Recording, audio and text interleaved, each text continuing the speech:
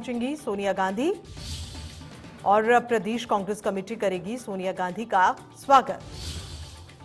दोपहर 2 बजे तय वक्त रखा गया है और किस तरह से इस कार्यक्रम का आयोजन हो रहा है आपको बता रहे हैं। दोपहर 2 बजे सोनिया गांधी संबोधित करेंगी। 3 बजे ग्रुप का डिस्कशन शुरू होगा। 14 मई को भी ग्रुप डिस्कशन जारी रहेगा। सुबह 10:30 बजे से दोपहर 1 बजे तक ग्रुप डिस्कशन चलेगा। कई मामलों पर कमेटी गठित करेगी।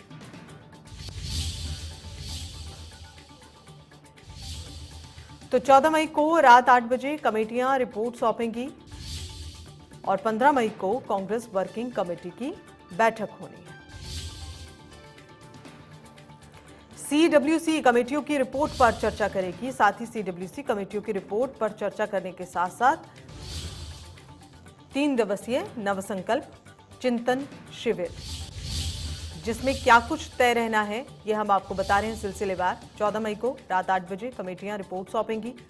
इसके बाद 15 मई को कांग्रेस वर्किंग कमेटी की बैठक होगी। सीडब्ल्यूसी कमेटियों की रिपोर्ट पर चर्चा होगी। सीडब्ल्यूसी कमेटियों की रिपोर्ट पर चर्चा करेगी। 3 दिवसीय नवसंकल्प चिंतन शिविर का पूरा आयोजन किस तरह से ये रहेगा, क्या कुछ तय वक्त रहेगा, ये जारी किया गया। दिनेश जांगी की ओर रुख करें। हमारे संवाददाता इस खबर पर ज्यादा जानकारी के साथ में मौजूद हैं। दिनेश, ये हम देख रहे हैं कि किस किस तरह से इस बैठक का आयोजन होगा और साथ तय कार्यक्रम क्या कुछ आगे के रहने वाले हैं। इसके अलावा और क्या कुछ और अपडेट्स आपके पास इस खबर से जुड़ा हुआ, खासकर इस बैठक से जुड़ा हुआ, क्योंकि अपने आप में कांग्रेस के लिए बहुत अहम है। जी बिल्कुल, कांग्रेस के 3 दिवसीय चिंतन शिविर का जो शेड्यूल है वो यहाँ सामने आ चुका है और दोपहर बाद यानी लंच के बाद आसपास इस चिंतन शिविर का विधिवत आगाज होगा। और उससे पहले जो डेलीगेशन है 422 जिनको बुलाया गया है वो दोपहर 12 बजे से वहाँ पहुंचना शुरू हो जाएगा। फिर लंच ब्रेक होगा और उसके बाद 2 बजे जो कांग्रेस की अध्यक्ष है सोनिया गांधी वो कार्यक्रम में पहुंचेगी और उसके बाद प्रदेश कांग्रेस कमेटी राजस्थान की तरफ से उनका वेलकम किया जाएगा और उसके बाद वेलकम स्पीच होगा और 2:10 पर ओपनिंग जो एड्रेस है कांग्रेस प्रेसिडेंट उनका वो भाषण होगा, उनका ओपनिंग स्पीच यहाँ पर होगा और उसके बाद ग्रुप डिस्कशन शुरू होगा। जो आर्थिक राजनीतिक संगठन की मजबूती और किसान और अन्य मसलों को लेकर कमेटियां बनी हुई है, उन कमेटियों आपस में जो है ग्रुप डिस्कशन करेगी और 14 मई तक ये ग्रुप डिस्कशन जारी रहेगा। शाम को तमाम कमेटियां अपनी जो रिपोर्ट है कांग्रेस अध्यक्षा को सौंप देगी और 15 मई को अगले दिन सीडब्ल्यूसी में जो कमेटियां डिस्कशन करेगी, जो रिपोर्ट तैयार की है, सिफारिशें की है, उन पर चर्चा करेगी। इस डिस्कशन में दिनेश, डिस्कशन में कौन कौन से अहम बिंदु हैं जिन पर चर्चा होने की जो बात है वो सामने आ रही है? जी देखिए, ऑलरेडी कई कमेटियां बन चुकी है पहले से। जैसा कि मैंने बताया, आर्थिक राजनीतिक कांग्रेस संगठन को मजबूत कैसे बनाया जाए, किसान और कृषि, इनको लेकर 6-7 कमेटियां बन चुकी है। उन कमेटियों में टोटल 54 मेंबर है और भी नेता उनके साथ इंक्लूड किए जाएंगे और अलग अलग दिन ये कमेटियां ग्रुप डिस्कशन करेगी और उसके बाद 14 मई को रात को ये अपनी रिपोर्ट सौंप देगी क्या क्या सिफारिश की गई है। जैसे संगठन की कमेटी की रिपोर्ट सामने आई है कि एक परिवार से एक को ही टिकट दिया जाए। काफी अहम चिंतन शिविर है जिसमें नई दशा और दिशा कांग्रेस पार्टी के लिए तैयार होगी। कांग्रेस की खोई जमीन और जनाधार को खोजने के लिए इस चिंतन शिविर में चिंतन होगा, मनन होगा। तो कई बड़े फैसले इस चिंतन शिविर के बाद लिए जा सकते हैं। एक परिवार से एक को ही टिकट दिया जाए, दूसरे को टिकट नहीं दिया जाए। मुस्लिम, अल्पसंख्यक, महिला, आदिवासी को किस तरह 50% प्रतिनिधित्व है टिकट और अन्य पदों के जरिए दिया जाए। ये कई प्रस्ताव इस आखिरी दिन पारित होंगे और आखिरी दिन सोनिया गांधी और राहुल गांधी का संबोधन होगा। दिनेश, इससे पहले भी कई बार इस तरह के शिविर हमने देखे हैं। कांग्रेस ने इस तरह के शिविरों का आयोजन किया है और कई बार कांग्रेस अध्यक्षा पहुंची हैं वहां, तमाम तरह की कवायदें हुई हैं। लेकिन इस बार का ये जो शिविर है ये कैसे अलग कहा जाए, किस तरह से कुछ खास इसमें शामिल किया गया है? जी देखिए, 2024 से पहले कांग्रेस को वापस एक मजबूती के साथ अग्रेसिव तरीके से आगे आना है, क्योंकि 24 का चुनाव एक करो और मरो जैसा रहेगा। ये चुनाव कांग्रेस के अस्तित्व और वजूद से जुड़ा हुआ है। अगर परिणाम थोड़े से भी नकारात्मक आते हैं या लगातार तीसरी हार होती है तो उसके बाद कांग्रेस के पास ज्यादा कुछ नहीं बचेगा। तो किस तरह कांग्रेस पार्टी को खड़ा किया जाए, एक नई ऊर्जा का संचार हो, उसमें नई ऑक्सीजन डाली जाए, तो इस तरह और सिफारिश है वो है। हालांकि आप सही कह रहे हो कि कांग्रेस में इस तरह चिंतन और मनन शिविर चलते रहते, बातें चलती रहती है। पहले एक एंटनी कमेटी की सिफारिशें थी, उनको पूरी तरह से लागू नहीं कर पाए, तमाम चीजें।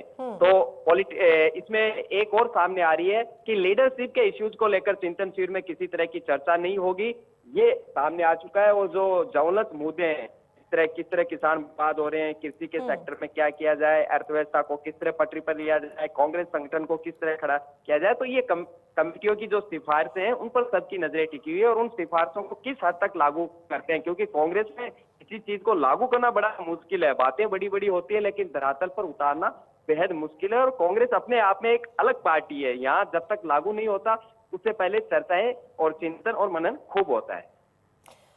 दिनेश, अगर देखा जाए तो कांग्रेस कहीं ना कहीं अपना जनाधार भी खोती जा रही है, पार्टी का अस्तित्व भी अब खतरे में पड़ा हुआ है। इस तरह के चिंतन शिविर से कितना फर्क पड़ेगा? क्या इससे आने वाले वक्त में जिस तरह की रणनीति बनाकर कांग्रेस उतरने की कोशिश कर रही है, आने वाले वक्त में इस रणनीति को लेकर क्या कहा जाए? जी देखिए, 5 राज्यों के चुनाव परिणाम आप देख चुके हैं। कांग्रेस के टोटल 53 सांसद है, लगातार दूसरी लोकसभा चुनाव में उनकी करारी हार चुकी है। 2 राज्यों में कांग्रेस की सरकार है, तो जाहिर सी बात इसमें तो कोई कहीं शक नहीं है कि कांग्रेस अपने अस्तित्व की लड़ाई लड़ रही है। लेकिन अब किस तरह उसको खड़ा किया जाए, वापस किस तरह मजबूत जाए, ये भी जरूरी है। तो इस चिंतन शिविर के जरिए इन्हीं चीजों का, इन्हीं सवाल का जवाब खोजा जाएगा कि आखिर हम क्या करें, किस तरह इस तरह के कदम उठाएं ताकि फिर कांग्रेस विपक्ष के तौर पर जनता की आवाज बन सके, जनता का जो समर्थन है अपने साथ जुटा चुके।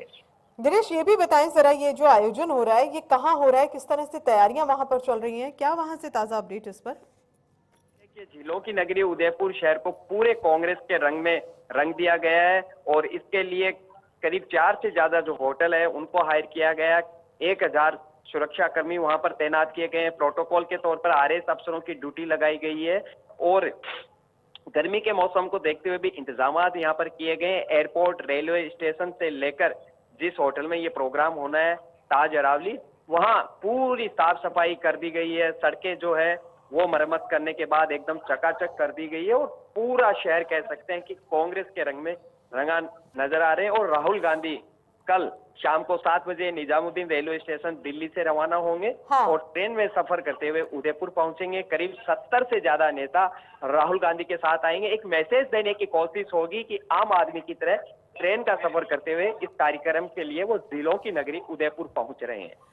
चलिए, बहुत बहुत शुक्रिया दिनेश, इस पूरी जानकारी को हम तक पहुंचाने के लिए। नजर बनाए रखिएगा, अपडेट्स लेंगे आपसे। फिलहाल दोपहर 2 बजे भाषण का दौर शुरू होगा।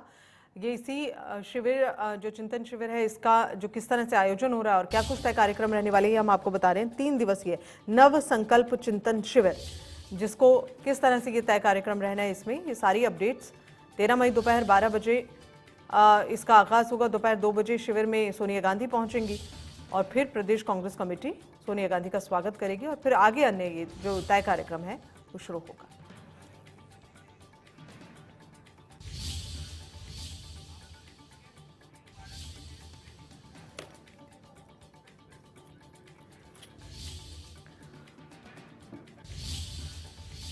और इसी बीच एक और बड़ी खबर